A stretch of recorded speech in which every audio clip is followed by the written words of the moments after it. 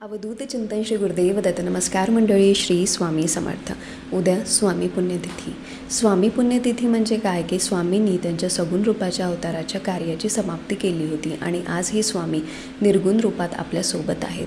भिऊ नकोस, मी तुझ्या पाठीशी आहे. या वाक्यामुळे आपल्याला स्वामी त्यांच्या अस्तित्वाची आठवण करून देत असतात. जे कोणी स्वामी भक्त अक्कलकोटमध्ये होते त्यांच्यासाठी हा दिवस खूप जड अंतकरणाचा आहे. खरं तर आपल्या सगळ्यांसाठीच आहे, कारण महाराजांच्या अवताराची समाप्ती झाली होती. प्रत्येकाला त्याच्या अवताराची समाप्ती करावीच लागते. अवतार संपवावाच लागतो. महाराजही चुकले नाही तर मग आपण कोण आहोत?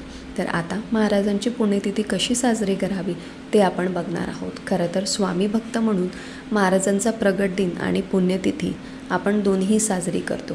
अगदी मी थोडक्यात सांगणार आहे, पण सगळ्यांनी स्वामी पुण्यतिथी साजरी करायची आहे. त्याचबरोबर गुरुचरित्र सांगता कशी करायची ते पण मी सांगणार आहे. सुरुवात आपण गुरुचरित्र सांगत्यापासून करूया. आपल्याला उद्या सकाळी लवकर उठायचं आहे आणि आंघोळ वगैरे करून उद्या तुम्हाला उंबराला लेपन करायचं आहे. पारायण वगैरे वाचून झालं की मग तुम्हाला स्वयंपाक करायचा आहे. वरण भात भाजी पोळी, कांदा लसूण त्यात टाकायचं नाही आहे. जे तुम्हाला शक्य होईल तुम्ही ते नैवेद्य उद्या करू शकता आणि महाराजांना दाखवू शकता. गोडमध्ये तुम्ही शिरा, खीर किंवा मग पुरणपोळी जसं तुम्हाला शक्य होईल तसं तुम्ही करू शकता. महाराजांना बेसनाचे लाडू पण आवडतात, तुम्ही ते पण दाखवू शकता. तो नैवेद्य तुम्ही आता स्वतः खायचा आहे. सगळं झालं किंवा मग तुम्ही घरच्यांना पण देऊ शकता, काही हरकत नाही आहे. आता 10:30च्या आत तुम्हाला स्वयंपाक करा आणि आरती तुम्हाला 10:30पर्यंतच करायची आहे किंवा मग थोडा लेट झाला तरी पण चालेल. 12 वाजता पण आरती नैवेद्य केला तरी पण चालेल, काही हरकत नाही. कारण ती वेळ दत्त महाराजांच्या भिक्षेची असते, तर तुम्ही 12 वाजता पण आरती नैवेद्य करू शकता. तुम्ही यथाशक्ती महाराजांना जो नैवेद्य दाखवायचा आहे तो दाखवू शकता. आता पारायण झालं त्या दिवशी खूप जणांना प्रश्न असते की पारायण झाल्यावर आम्ही त्या दिवशी गादीवर झोपू शकतो का किंवा मग काही खाऊ शकतो का? तर मग हो ठीक आहे, तुम्ही पारायण झालं की तुम्ही करू शकता, झोपू शकता गादीवर, काही हरकत नाही आहे. तुम्हाला जे करायचं आहे ते करू शकता. फक्त नैवेद्य दाखवताना उद्याच्या दिवस सकाळी तुम्हाला कांदा लसूण टाकायचा नाही आहे नैवेद्यामध्ये, हे लक्षात ठेवा मात्र. आता तुम्ही साधा वरण भात पण दाखवू शकता, काही हरकत नाही. आता हेच झालं. त्याचबरोबर स्वामी पुण्यतिथी निमित्त खरं तर स्वामी पुण्यतिथी साजरी करायची गोष्ट नाही आहे. अर्थात महाराज तिथे सगुण स्वरूपात नाही आहे किंवा ते गेले होते, पण तरी पण तुम्हाला माहीत आहे महाराज स्वामी भक्ताची तळमळ बघत असतात, त्यांच्याप्रती असलेलं प्रेम, त्यांच्याप्रती असलेली सेवा बघत असतात. मग या शुभ दिवशी तुम्हाला काय सेवा करायची आहे ते मी तुम्हाला सांगते. उद्या तुम्हाला श्री स्वामी सारामृतचं पठण करायचं आहे. एक संपूर्ण सारामृतचा पाठ करायचा आहे तुम्हाला.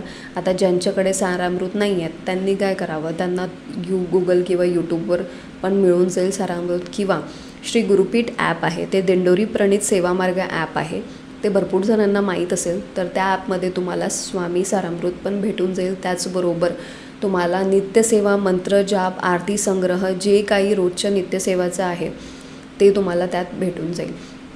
तर आणि अगदी कसं असते, कधी आपण खूप आता आजकाल लोक ऑफिसमध्ये वगैरे नोकरी करत असतात, तर सहज नसते की आपण रोज नित्यसेवा करणं, 3 सारामृताचे अध्याय वाचणं. तर तुम्हाला जिथे शक्य होईल तिथे तुम्ही अध्यायाचे पठण करू शकता.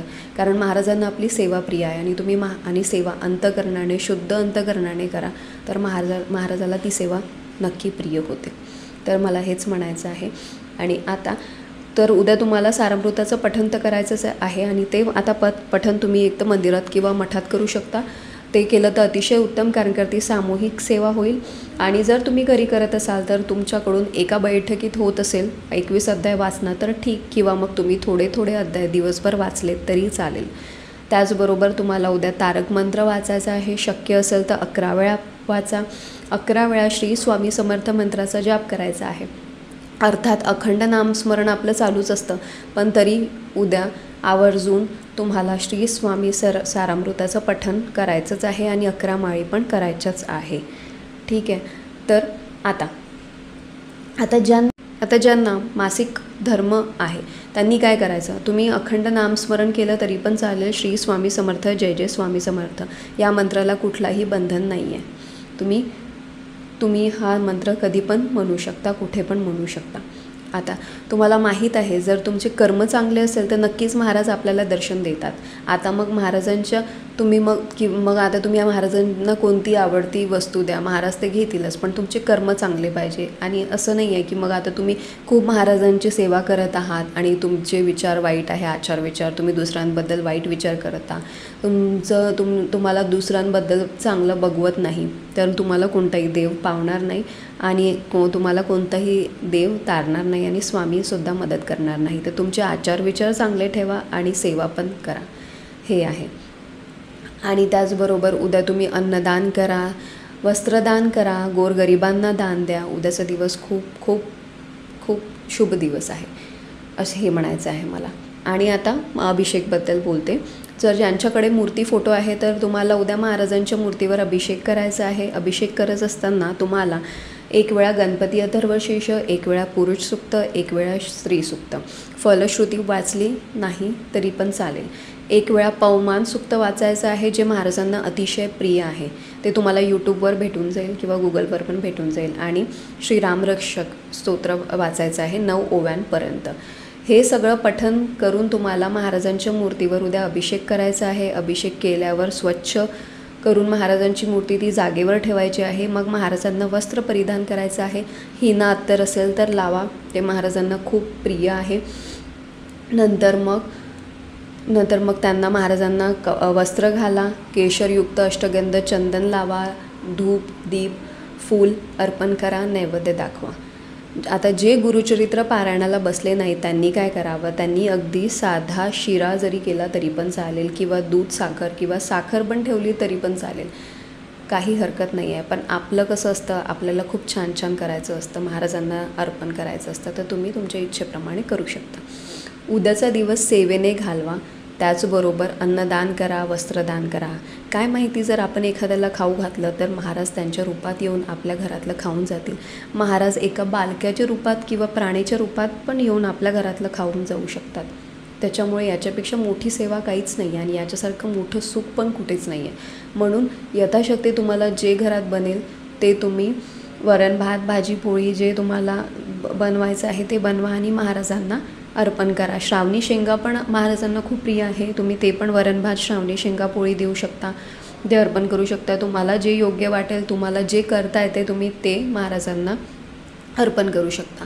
तर अशा पद्धतीने उद्या तुम्हाला स्वामी पुण्यतिथी साजरी करायची आहे. आता गुरुचरित्र पारायणाला जे केंद्रात बसले आहे त्यांना तर काही टेन्शनच नाही आहे, कारण का त्यांचं सगळं केंद्रात होऊन जातं. आणि जे घरात करत असतील त्यांच्याबद्दल तर मी तुम्हाला सांगितलंच. तर खूप सेवा करा, असंच सेवा करा आणि उद्याचा दिवस तुम्हाला शुभ जाओ. तुमचे महाराज तुमच्या सगळ्या चांगल्या इच्छा पूर्ण करो, हीच मी प्रार्थना करते. आजचा व्हिडिओ आवडला असेल तर लाईक करा, शेअर करा, सबस्क्राईब करा. पुन्हा भेटूया एका नवीन व्हिडिओसोबत. श्री स्वामी समर्थ.